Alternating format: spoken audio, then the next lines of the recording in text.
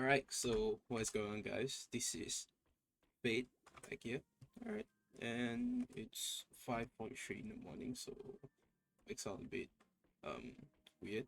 Okay, but anyways, okay. This video is regarding about the Honkai Star Rail Fate Stay Night collab.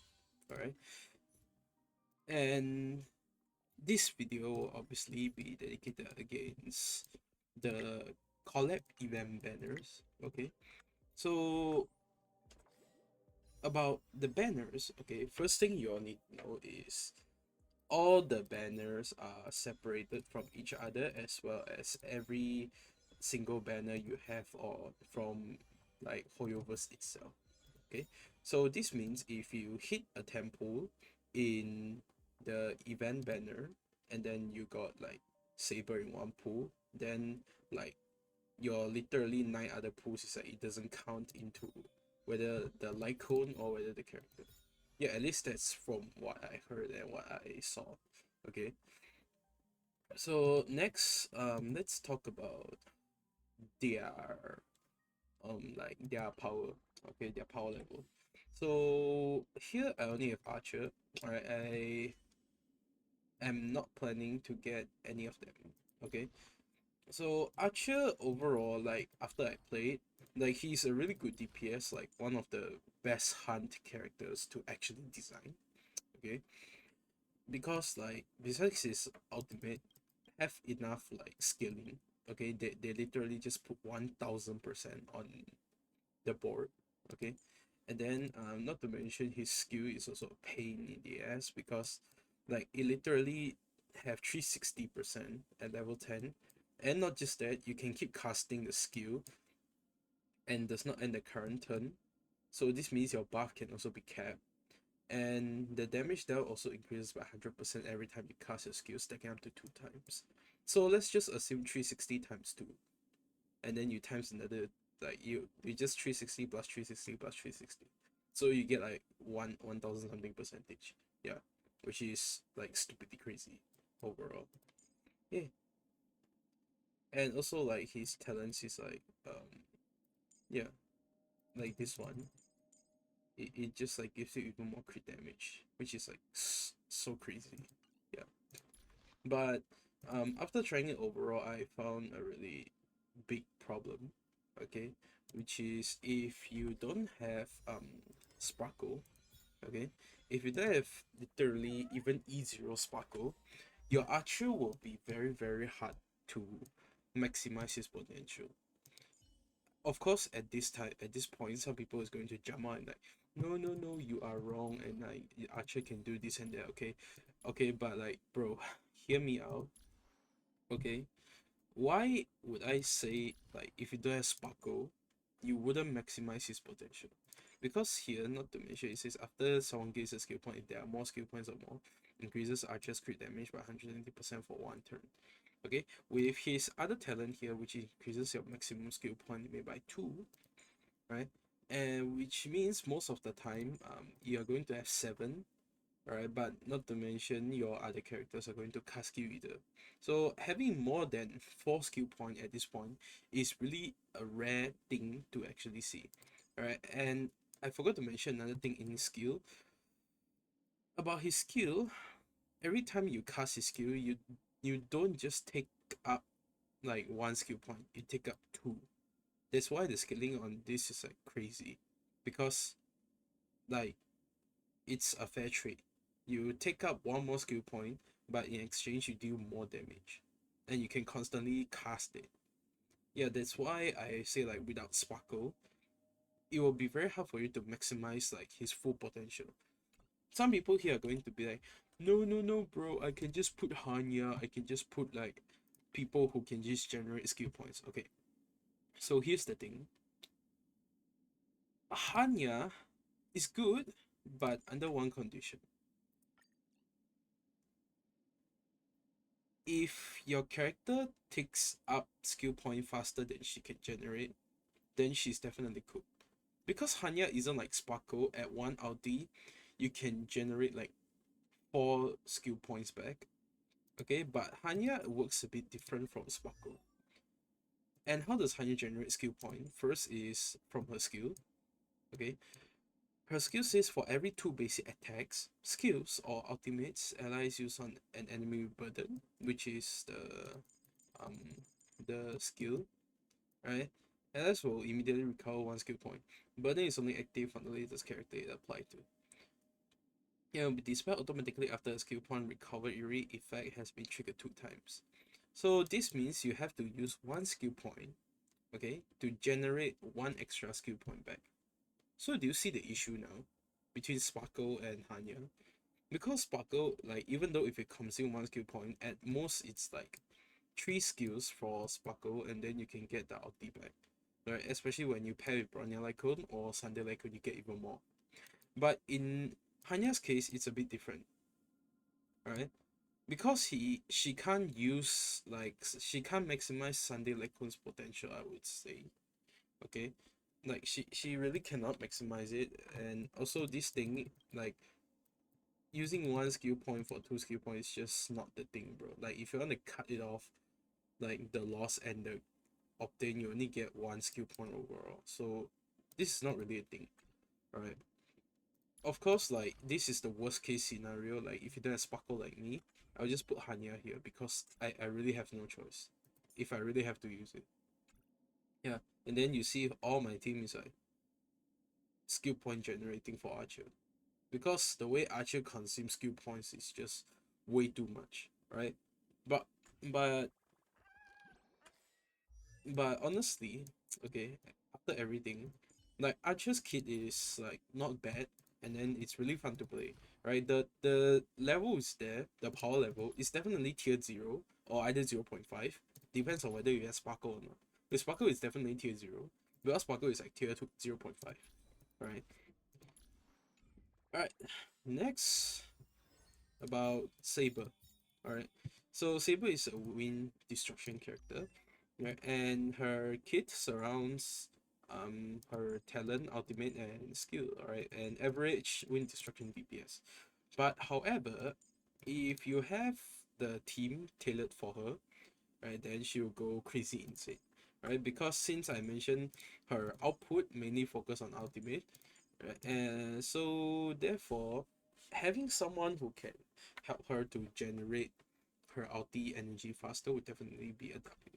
So the person here will definitely be Sunday, and another one will be Ho Ho. Alright, so Ho Ho. Why these two? Because these two of them, like, it regenerates energy by percentage instead of Ting Yun. Okay, so no, not this Ting Yun. Yeah, so this Ting Yun here, so I have E6, which means my ultimate generates 10 more energy. So 60 energy in total. Okay, might sound a lot, but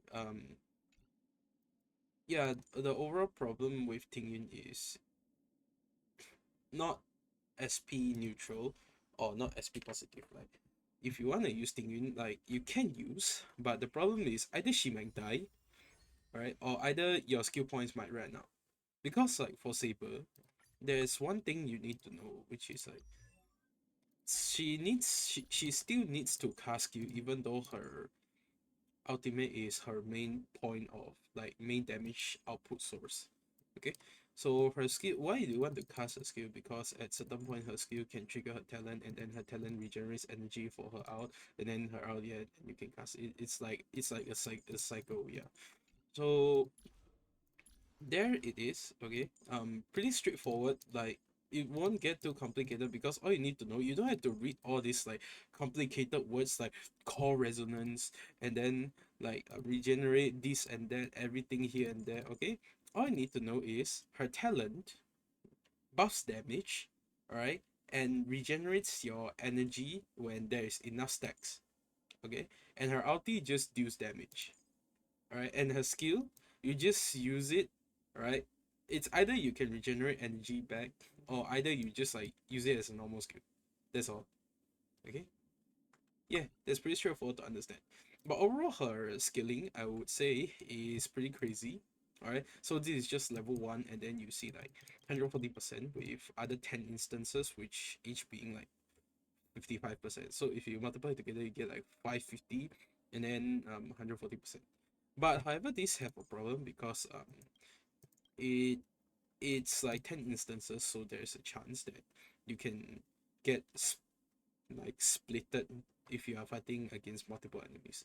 So the best condition you're going to fight, like maximize against this, is either 1 to 3 enemies only. If you have more than 3, just bring erudition, bro. Yeah, like AoE and stuff. Yeah, so that's technically about it. Okay, so lastly, about my thoughts on this collab. Okay, I would say these two characters have both of their um both of their power levels did achieve my expectations, I would say. Okay, I mean, no one really gonna care this anyway, but yeah. But however, another thing that worry me is like, I know collab is a good hype, it's a good collection and everything, but if you are more to a meta person, all right, which is most effective tactics available, which I call meta, and then if you are the one who cares really much about endgame content, okay, um,